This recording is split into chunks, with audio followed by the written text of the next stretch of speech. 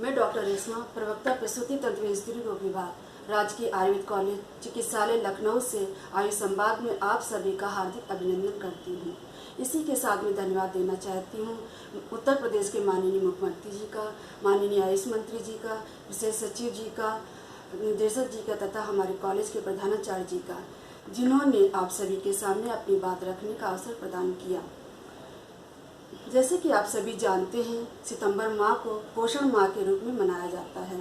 इसमें उत्तर भारत सरकार ने 2018 में कुपोषण को दूर करने के लिए कुपोषण अभियान का प्रारंभ किया। इनमें इसका मुख्य उद्देश्य जन आंदोलन, जन भागीदारी से कुपोषण को दूर करना है। इसमें बच्चे, बालक बालिका, गर्भवती महिला और स्तनपान कराने वाली माताओं के पोषण को की कमी को दूर कर आगामी 3 वर्षों में दूर करने का लक्ष्य निर्धारित किया है। इसी क्रम में मेरा चर्चा का विषय है पोषण का गर्भाधान में महत्व। गर्भाधान उसे कहते हैं जब विवाहित महिला गर्भ का धारण करती है। इसमें आज हमारे आयुर्वेद में भी इसका ऋतुच्छेद अम्बु बीजा नाम समग्रातो अंकुरो यथा, यानी ऋतुच्छेद अम्बु बीज, इन 4 घटकों के विधि पूर्वक सहयोग से स्वस्थ गर्भ की उत्पत्ति होती है, ये बताया गया है। इसमें ऋतु का तात्पर्य है पीरियड के पश्चात 16 दिन का वह समय जब महिला गर्भ का धारण करने योग्य होती है। इसमें ओवरी से ओवुलेशन के पश्चात ओवा का निर्गमन होता है और धीरे धीरे फैलोपियन ट्यूब की तरफ आती है। क्षेत्र का तात्पर्य गर्भाशय से है, इसे यूट्रस भी कहते हैं। इसमें गर्भ 9 माह तक ठहरता है और माता से पूरा पोषण प्राप्त करते हुए स्वस्थ गर्भ का या स्वस्थ शिशु का जन्म होता है। बीज से यहाँ तात्पर्य है स्त्री बीज, ओवा, और पुरुष बीज स्पर्म। ओवा और स्पर्म के सहयोग से ही जाइगोट या भ्रूण का निर्माण होता है। भ्रूण में ही माता पिता के जेनेटिक्स फैक्टर क्रोमोसोम के रूप में आते हैं। अब अम्बु का यहाँ तात्पर्य आहार पाकोत्पन्न रस धातु है। इसमें आहार को जब ग्रहण करते हैं तो उसका पाक यानी पाचन होता है। पाचन के पश्चात रस यानी पोषक तत्व का निर्माण होता है, जिसकी वजह से हमारे शरीर की सप्त धातु जैसे रस, रक्त, मांस, मेद, अस्थि, मज्जा, शुक्र का पोषण होता है। इसीलिए हमारे आयुर्वेद में भी स्वास्थ्य के लिए पोषक का अति महत्वपूर्ण बताया है। इसमें जब महिला गर्भधारण के समय ही पोषण नहीं लेना चाहिए। गर्भधारण से ये जब सोचती है कि हमें गर्भधारण करना है तो उसे कम से कम 6-7 महीने पहले से ही पोषण के प्रति शारीरिक, मानसिक और आध्यात्मिक स्वास्थ्य का विशेष ध्यान देना चाहिए। इससे क्या होता है कि जो बार बार गर्भपात होते हैं वो नहीं होगा, जो शिशु का जन्म के समय वेट कम होता है वो नहीं होगा, और न ही गर्भाशय में गर्भ की डेथ होती है। और माँ और प्रसव के बाद स्त्री का स्वास्थ्य अच्छा रहता है। गर्भधारण से पूर्व पोषण के लिए पूरी दुनिया में काफ़ी रिसर्च भी हो रहे हैं, जिसमें उन्होंने पाया है जो महिला गर्भधारण से पहले पोषण नहीं लेती है उनको एनीमिया, हाइपरटेंशन, प्रीएक्लेम्सिया और अंडरवेट जैसी शिकायत होती है। अब हम आपको बताना चाहते हैं पोषण क्या है। पोषण वो रचनात्मक उपापचय क्रिया है जिसके अंतर्गत भोज्य पदार्थों का अंतर्ग्रहण, इनटेक, पाचन, डाइजेशन, अवशोषण, एब्जॉर्प्शन, स्वागीकरण के द्वारा ऊर्जा से शारीरिक वृद्धि, मरम्मत, ऊतकों का नवीनीकरण और जैविक क्रियाओं का संचालन होता है। इस सामूहिक रूप को पोषण कहते हैं। अब पोषण तत्व वो है जो आहार में वो सभी तत्व जो शरीर के लिए उपयोगी होते हैं, जैसे कि प्रोटीन, कार्बोहाइड्रेट, वसा, minerals, sodium, potassium, iron, calcium, vitamin A, B, C, D, E आदि, और जल। इसमें जो प्रोटीन होता है इसे अमीनो एसिड में चेंज होता है, जिससे शरीर की जो सेल्स होती हैं उसका निर्माण होता है। जो कार्बोहाइड्रेट है वो ग्लाइकोजन और ग्लूकोज में चेंज होता है। ग्लाइकोजन लीवर और मांसपेशियों में जाके जम जाता है या स्टोर हो जाता है, और जो ग्लूकोज होता है वो शरीर को एनर्जी प्रोवाइड करता है। फैट में लिपिड और कोलेस्ट्रॉल में चेंज होता है। इसमें जो कोलेस्ट्रॉल है उससे महिलाओं के महत्वपूर्ण हार्मोन्स जैसे एस्ट्रोजन प्रोजेस्टेरोन का निर्माण होता है। ये हार्मोन्स प्रारंभ में ओवा को मैच्योर करने में हेल्प करते हैं। इसके बाद जब गर्भ का धारण करते हैं तो गर्भ के पोषण, प्रारंभिक पोषण भी इसी हार्मोन से प्राप्त होता है और गर्भधारण के पश्चात जो प्लेसेंटा बनता है उसका प्रारंभिक फॉर्मेशन भी इन्हीं हार्मोन्स के द्वारा होता है। अब जो मिनरल्स और विटामिन्स हैं ये हमारे शरीर में इम्यूनिटी सिस्टम लाते हैं और साथ में जितनी जैविक क्रियाएं होती हैं उनको करने में हेल्प करते हैं। जल हमारे शरीर में 60 से 70% होता है और जल का सेवन करने से कम 50% मिनरल्स भी प्राप्त होते हैं। अब इन सारे पोषक तत्वों को जब हम विधि पूर्वक सही तरीके से लेते हैं तभी हमारे शरीर को प्राप्त होते हैं।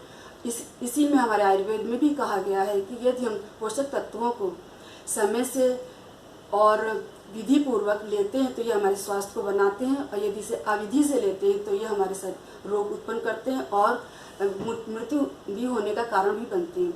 इसके लेने की कुछ विधियां भी बताई गई हैं, जैसे जब आहार लेते हैं, जब भूख लगी हो तब लेना चाहिए, जब शरीर में हल्कापन लगे या भोजन के प्रति रुचि पैदा हो तभी आहार को लेना चाहिए, या तो 6 से 7 घंटे के बाद आहार को लेना चाहिए। इसमें आंतों में सारे पोषक तत्वों का पाचन हो जाता है और इसके बाद ही आप भोजन कर सकते हैं। और भोजन करते समय गर्म और स्निग्ध भोजन ही करना चाहिए। ये हमारे शरीर के लिए उपयोग पाचन शक्ति बढ़ाते और स्वाद भी बढ़ाते हैं। भोजन करते समय एकांत मन से, शांति से और प्रसन्नचित्त होकर ही करना चाहिए। और साथ में जब भोजन करते हैं तो पहले मधु लेना चाहिए, बीच में अम्ल और कटु आहार लेना चाहिए, अम्ल और लवण आहार लेना चाहिए, अंत में कटु तिक्त कषाय खाद्य पदार्थों का सेवन करना चाहिए। जब आहार लेते समय पानी का भी विधान बताया है कि जल कैसे लेना है। आहार के बीच में जल को सिप के साथ धीरे धीरे लेना चाहिए जो खाने को अच्छे से पचा देता है। और खाने से पहले, खाने के बाद बहुत ज़्यादा जल का सेवन नहीं करना चाहिए। जब आहार लेते हैं खाते समय आहार को धीमे धीमे, बहुत धीमे धीमे या बहुत जल्दी जल्दी नहीं खाना चाहिए। हो सके तो 21 से 32 बार चबा के खाना चाहिए, क्योंकि आहार में ही ऐसे पोषक तत्व होते हैं जो कि मुख में ही पाचन होने लगता है। मुख में जो लार होती है इसमें एंजाइम और एमाइलेज होते हैं जो मुख में ही भोजन का पाचन करने लगते हैं। भोजन करने के बाद 100 कदम टहलना चाहिए। ये भी ना कर सके तो वज्रासन में बैठें और वो भी ना कर सके तो 10 से 15 मिनट बाएं करवट होकर लेट जाना चाहिए। इससे क्या होता है कि जब नाभि के पास अग्नि तत्व होते हैं वो भोजन को पचाने में हेल्प करते हैं। और जब रात्रि में भोजन करते हैं तो रात्रि में भोजन करने के बाद 2 घंटे के बाद ही सोने के लिए जाना चाहिए। और मैं एक बात बताना चाहती हूँ, यदि अदरक को भून करके उसको सेंधा नमक के साथ ग्रहण करते हैं तो ये भोजन के प्रति रुचि पैदा करता है, पाचन शक्ति बढ़ाता है और साथ में मुख और कंठ में जो भी कफ जमा है उसको निकालता भी है। अब मैं आपको बताना चाहती हूँ कि गर्भाधान से पहले क्यों ज़रूरत पड़ती है पोषक तत्व की। और बहुत सारे ऐसे पोषक तत्व हैं जो गर्भाधान से पूर्व और गर्भाधान के समय लेना चाहिए, क्योंकि ज़्यादातर महिलाएं इस तरह के पोषक तत्वों को नहीं शामिल करती हैं। जैसे फोलेट इससे फोलिक एसिड होता है जो कि फीटस के न्यूरल ट्यूब फॉर्मेशन में हेल्प करता है। ये ब्रेन एंड स्पाइन को बनाने में हेल्प करता है। इसकी कमी से न्यूरल ट्यूब डिफिशिएंसी हो सकती है जिससे ब्रेन का डेवलपमेंट फीटस में नहीं हो पाता। ये ज़्यादातर आहार मटर, मसूर की दाल, बीन्स, तावी अंडे, हरे पत्ते वाली सब्जी जैसे पालक में पाया जाता है। आयरन हमारे शरीर के लिए बहुत ही उपयोगी तत्व है। इससे रक्त का निर्माण होता है। रक्त ऐसा धातु है जो हमारे शरीर में जितने भी मिनरल्स हैं और पोषक तत्व ऑक्सीजन को शरीर के एक स्थान से दूसरे स्थान में ले जाते हैं। जब गर्भाधारण होता है तो उस समय प्लेसेंटा से गर्भ इसी पोषक तत्व का ग्रहण करते हैं। और खून की कमी होने से महिलाओं में प्रसव के बाद कभी कभी मृत्यु भी हो जाती है। तो रक्त का या आयरन का उपयोग करना बहुत ज़रूरी है। ये ज़्यादातर हरे पत्ती वाली सब्जियां, चुकंदर, आलू, फलों के अनार, सेब और गुड़ चने में पाया जाता है। यदि महिलाएं लोहे की कढ़ाई में खाना बनाए तो सभी पोषक तत्वों, जितना भी खाना बनाते हैं उसमें सभी में आयरन को मिल जाते हैं। तीसरा है कैल्शियम। कैल्शियम से हमारी हड्डियों का निर्माण होता है। ये ज़्यादातर दूध, पनीर, दही, मखाना, सिंगाड़े जैसे खाद्य पदार्थों में पाया जाता है। कोलिन से गर्भ के ब्रेन का डेवलपमेंट होता है।